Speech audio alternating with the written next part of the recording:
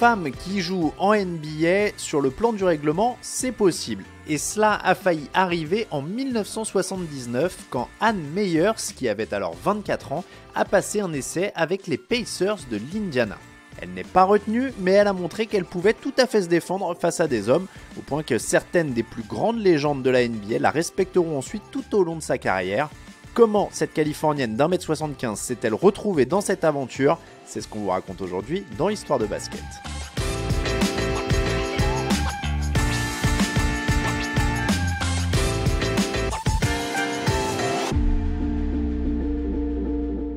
Même si la NBA attend toujours de connaître sa première femme head coach, la jante féminine s'est petit à petit imposée et on compte aujourd'hui une dizaine de femmes en NBA. Elles sont assistantes, dirigeantes ou membres du staff.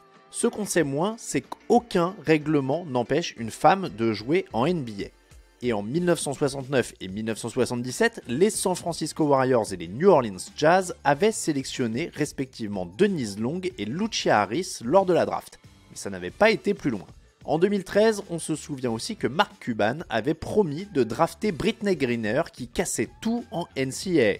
Mais l'ancien patron des Mavericks n'avait pas été au bout de son idée malgré l'enthousiasme de l'actuelle star du Phoenix Mercury et ancienne prisonnière de Vladimir Poutine. Elle était prête à en découdre avec des hommes. En fait, c'est du côté d'Indianapolis qu'il faut trouver trace d'une joueuse NBA.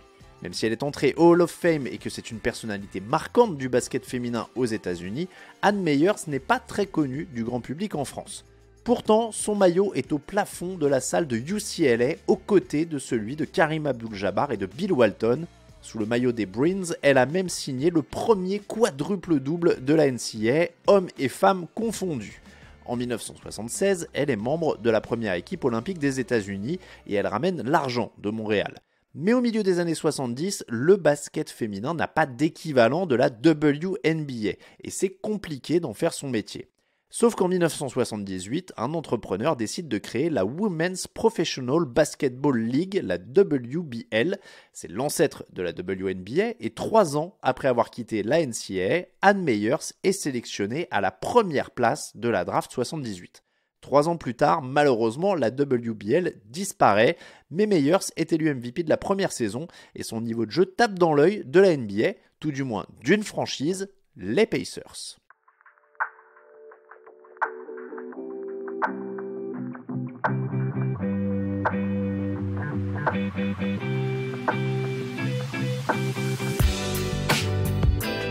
À l'époque, la franchise d'Indianapolis est jeune, arrivée en 1976 en NBA, et elle doit sa survie à un téléthon. C'est une histoire qu'on vous racontera dans un autre épisode.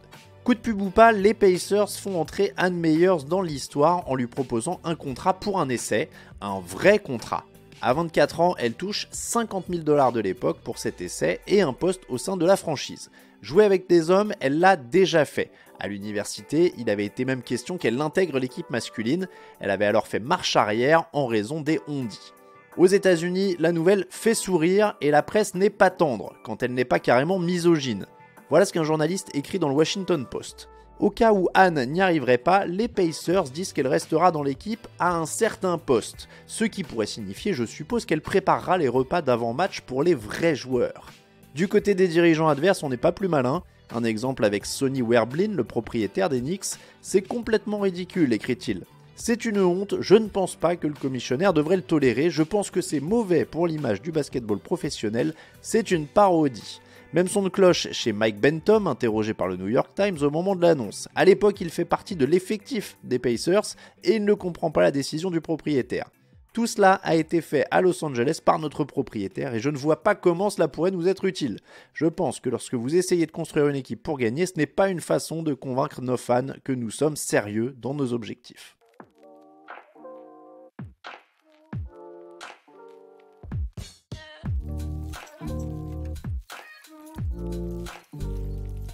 Malgré ses moqueries et ses commentaires déplacés, Ann Meyers arrive pour 3 jours sur le campus de Butler où les Pacers organisaient leur camp d'entraînement. Elle a 3 jours pour convaincre avec 2 entraînements par jour.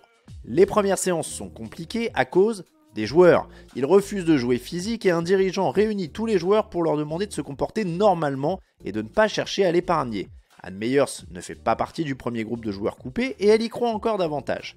Mais la deuxième coupe lui est fatale. Coupée par les Pacers, Ann Meyers se sent blessée, voire humiliée. Elle estime qu'on ne lui a pas donné sa chance et qu'on s'est servi d'elle pour un coup marketing. Elle retourne en WBL dont elle était la meilleure joueuse, mais elle reste aussi aux Pacers pour commenter les matchs. Star du basket féminin, elle dispute des rencontres amicales avec Magic Johnson, Wilt Chamberlain ou encore Julius Erving. Du haut de son mètre 75, elle prouve que son essai n'était finalement pas qu'un coup marketing et les plus grands joueurs la respectent et jouent avec elle. On la croise même dans une publicité, toujours avec Magic Johnson. 40 ans plus tard, que reste-t-il de cette expérience ? Eh bien le sentiment d'avoir été une pionnière au point qu'on l'avait comparée à Jackie Robinson, le premier joueur noir de l'histoire du baseball. Ironie de l'histoire, quelques années plus tard, après cet essai aux Pacers, elle se marie à une star du baseball, ancien coéquipier de Jackie Robinson. Côté basket, Bill Russell l'a considéré comme l'un des plus grands basketteurs de l'histoire, sans distinction d'homme ou de femme. Elle a fait son entrée au Hall of Fame du basket en 1993 et dans celui de la FIBA en 2007. Toujours en 2007, elle est devenue vice-présidente des Phoenix Suns. Si elle n'a jamais joué en match officiel, elle est donc plus que jamais dans le monde de la NBA.